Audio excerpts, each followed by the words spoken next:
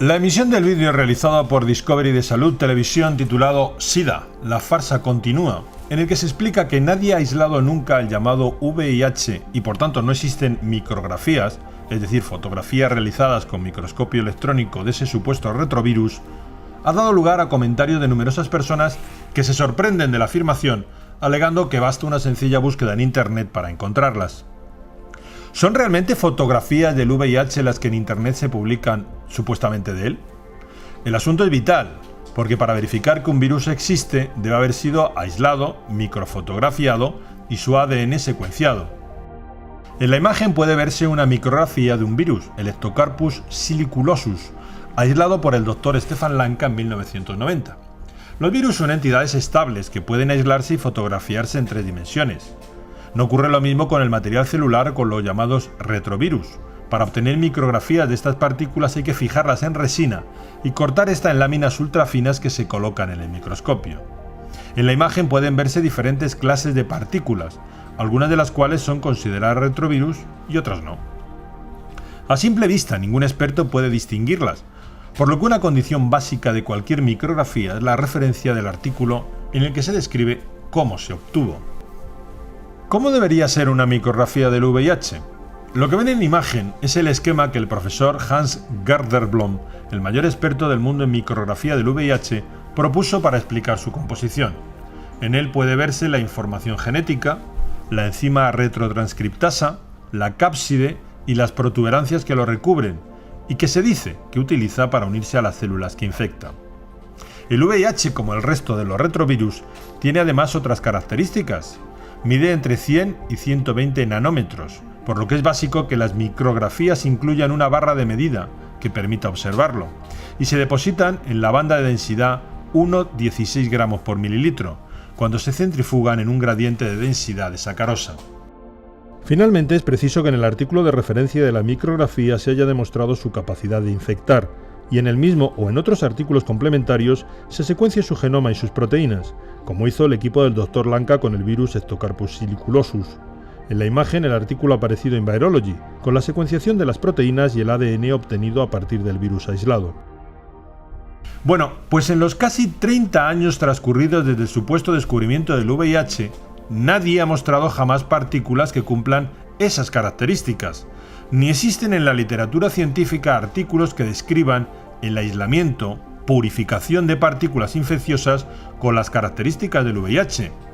Ni se ha publicado jamás micrografía alguna de partículas que respondan a esa descripción, es decir, partículas con un diámetro de 100-120 nanómetros y con protuberancias. ¿Qué son entonces las imágenes que pueden encontrarse en Internet y que se presentan como fotografías del VIH? Una gran parte no son micrografías, sino dibujos, esquemas, aerografías, infografías, recreaciones gráficas o animaciones en 3D realizadas mediante ordenador, algunas de las cuales pueden verse en las imágenes, es decir, pura ficción. En algunos casos se trata de auténticas micrografías, pero no muestran partículas con las características atribuidas al VIH.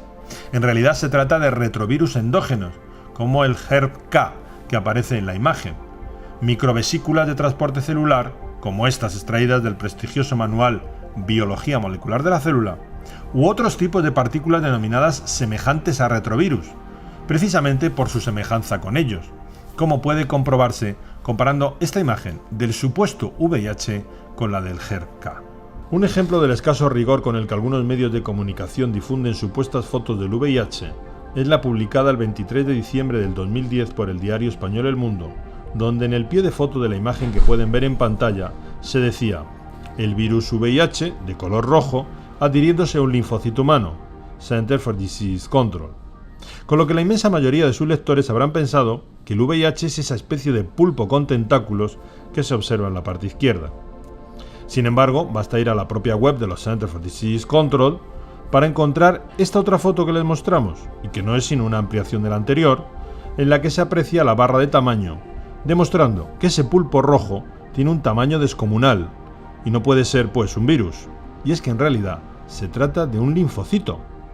Lo que los CDC dicen que son virus del VIH son los puntitos verdes, pero si bien estos se acercan más al tamaño atribuido a los retrovirus, lo cierto es que tampoco tienen las características que se supone caracterizan al presunto VIH. Por último, un caso que ilustra lo que está ocurriendo con el VIH es el del HL23V. En 1975, Robert Gallo publicó en el número 187 de la revista Science un artículo afirmando haber aislado el primer retrovirus humano que postuló como causante de la leucemia. Posteriormente, en varios artículos, Gallo presentó incluso más evidencia que en el caso del VIH. El artículo inicial mostraba las micrografías que pueden verse en la imagen con el HL23V brotando de la célula igual que el VIH. Sin embargo, poco después se presentaron datos que llevaron a la revista Nature a publicar una retractación, y en 1980 se demostró definitivamente que los anticuerpos del HL23V no eran específicos. Actualmente nadie, ni siquiera el propio Gallo, considera que sea un retrovirus.